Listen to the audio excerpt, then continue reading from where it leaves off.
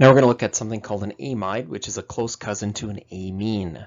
So what an amide has that an amine didn't is this CO group that would be right there. So you can picture the start of your amine.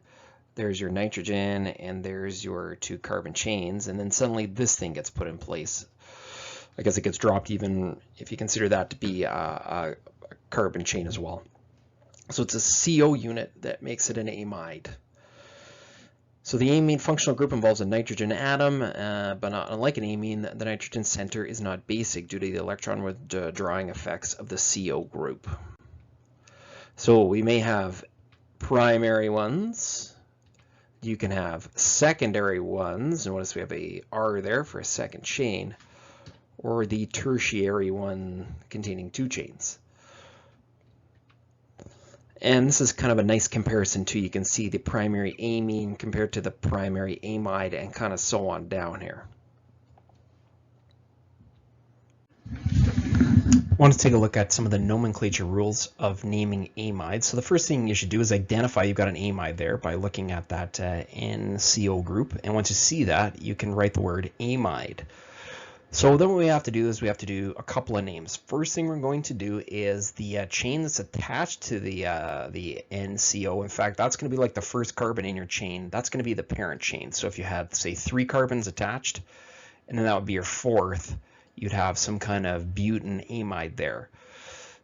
So once you have named that, then we need to finish it off by naming and putting in front anything that's attached to the N, the nitrogen. So if there are multiples, we use a prefix, and of course we want to get them in alphabetical order. So down here is just a progression from our ethanoic acid, our carboxylic acid, to our ether, to our amide, and hopefully you can see how they follow the rules.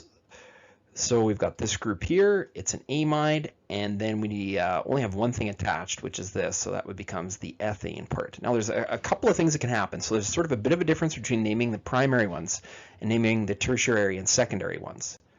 But we'll take a look at a few examples here. Let's start with the simplest one we can think of. And we identify that group. We say that's the amide group. It's only got 1 carbon. So we're going to put, and it's not methyl, it's methanamide. So it's like the E has been dropped and it's all combined to one word. This one's just a little more complicated. Again, your first step is you say, okay, I see that. There's the amide part. Then I'm going to count my carbon chain. It should be 4 long. So we're talking about a butanamide here. And then we need to number our chain 1, 2, and realize that we have a methyl group on the second carbon there. So methyl butanamide. Now here's another one, and this is not a primary one. This is a secondary one because we've got a couple of chains here. We've got that chain attached, and of course, well, it's an amide, so it's got the parent chain as well. So when you name this one, again, your parent chain, it's an amide, so you'll say amide, and your parent chain is 1, 2, 3, 4. So it's a butanamide, so there's the butanamide part. Then what we got to do is we got to name this group, and to tell the readers that it is not sort of attached to the chain over here or anything, what it's attached to is it's physically attached to this N. I think this might be the best way to think about it. So that N tells you that the ethyl group is attached to that N, the only N that's in the molecule, I suppose. And here's one that is tertiary, so it's got three groups. So again, you want to name this as there's your amide, and your carbon chain looks like it's 1, 2, 3 long. So you've got your propanamide, and then we're looking at the 2 methyl groups, so they're the dimethyl groups, and they are attached to that main N. That's why there are 2 N's there, just to indicate that that's where they are. They're not somewhere else. So there would be a propanamide. Again, you have your prop here, 3 carbons, prop.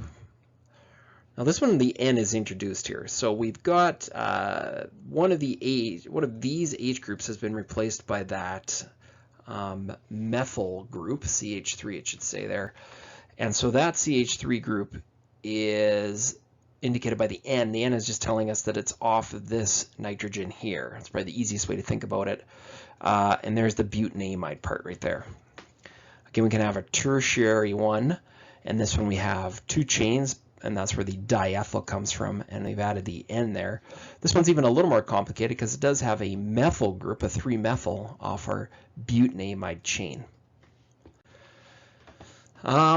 So urea is one of the simplest ones, and this is actually a pretty important chemical in terms of chemistry. It was the first one that was first organic compound that was synthesized from inorganics. So that's one there. There's urea right there. It falls into this category. We've also got acetaminophen, which you've probably heard, and then there's lots of barbiturates that are also created along the amide, and from a urea you can see it right there. So amides do not have a basic non-bonding pair of electrons like amides as mentioned.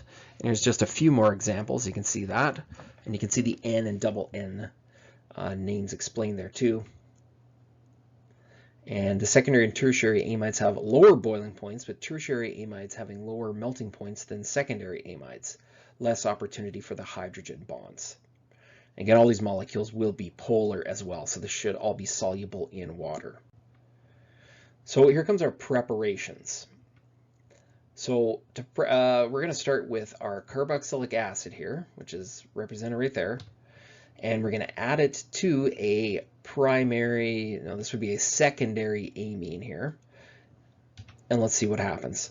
So essentially what's happened here is we have substituted, this OH group is now gone, and it is kind of paired up with that H, making HOH, water. That's sort of a common product in a lot of these reactions. And then we've got our amide remaining. Again, that's what makes it the amide, that stuff right there. And here's just another example. In fact, it's quite similar to our last one. Talks a little bit about acidity and basicity.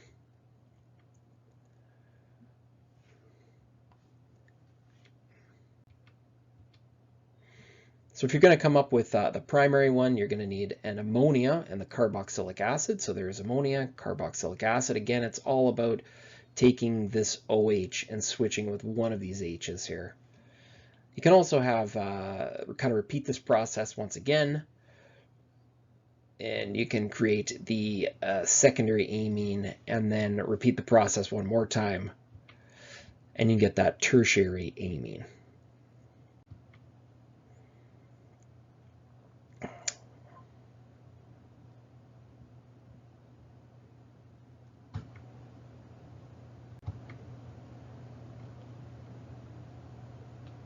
Now our opposite can also happen here with our hydrolysis.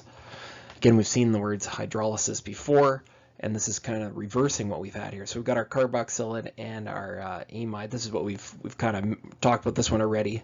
So the amine, they make the amide. And you can see that we've actually got a reverse arrow going on here. So it can actually, the amide can actually break down via this hydrolysis process to create these two. So hydrolysis is possible with an amide.